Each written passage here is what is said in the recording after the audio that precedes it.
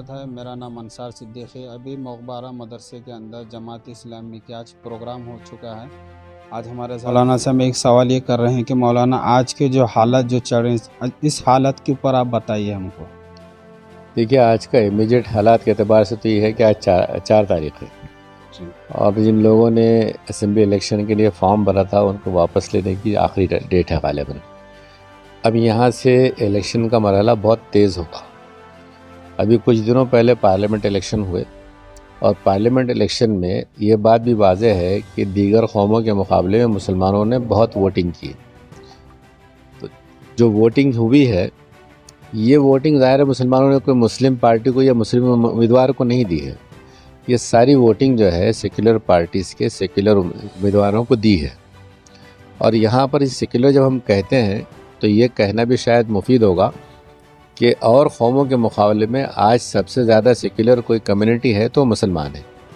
इसलिए कि किसी कम्युनिटी का उम्मीदवार हो उसको मुसलमान वोट देता है, लेकिन हालात इतने ख़राब हो गए इस डेमोक्रेसी में और इस सेक्युलर स्टेट में कि अगर कोई उम्मीदवार मुसलमान हो तो मेजॉरिटी कम्युनिटी उसको वोट नहीं देती है।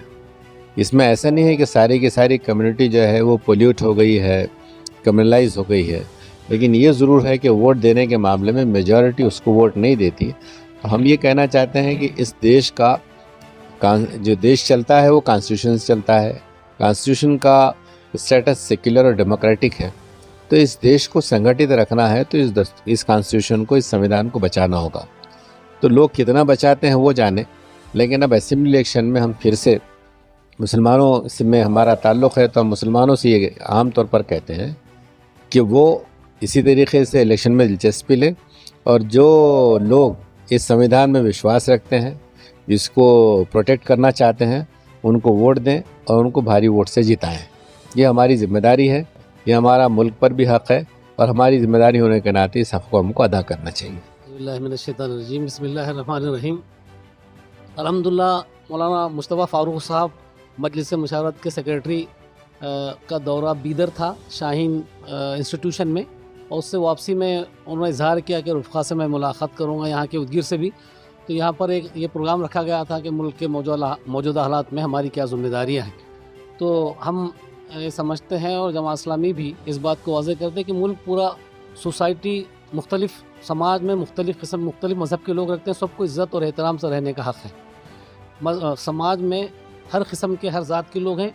हमारा दस्तूर भी इस बात की हमें हक़ देता है कि सबको इज़्ज़त और इकराम के साथ रहे और सबको इंसाफ मिले, सबको जो है लिबर्टी मिले और सबके साथ जो है भाईचारा का माहौल रहे। तो आज जो माहौल को ख़राब किया जा रहा है, कॉन्स्टिट्यूशन की धज्जियाँ उड़ाई जा रही हैं और फिर हिंदू मुस्लिम फसादात बर्पा करके लोगों को बड़े वसाइल को सोर्सेस हैं मुल्क के, उसको लूटा जा रहा है। कुछ प्रोजेक्ट बड़े प्रोजेक्ट कैपिटलिस्ट लोगों के हाथों में दिया जा रहा है। तो हम समझते हैं कि ये तमाम शहरियों का हक़ है, उनको रिसोर्स से फ़ायदा उठाएँ और अपनी तालीमी मैदान में, सेहत के मैदान में और फिर जो मईशत के मैदान में हर जगह इनको बराबर का हक़ मिले, इस बात के लिए कोशिश करना चाहिए। मुल्क के दानिशवरों में भी हम राहुल गांधी भी जो अपना दौरा कर रहे थे मुल्क का, उसमें उन्होंने भी कहा कि 58% अपर कास्ट के लोग जो है हुकूमत कर रहे हैं और दूसरे लोगों को नज़रअंदाज कर दिया गया है। तो बड़ा इनजस्टिस है। तो जस्टिस के लिए, इंसाफ के लिए समाज में सभी लोगों को इंसाफ मिले और सब जो है बुनियादी फंडामेंटल राइट्स हैं उसको मिले दस्तूर के मुताबिक। हम इस बात की कोशिश करते हैं, समाज के सभी लोगों को लेकर हम चलना चाहते हैं।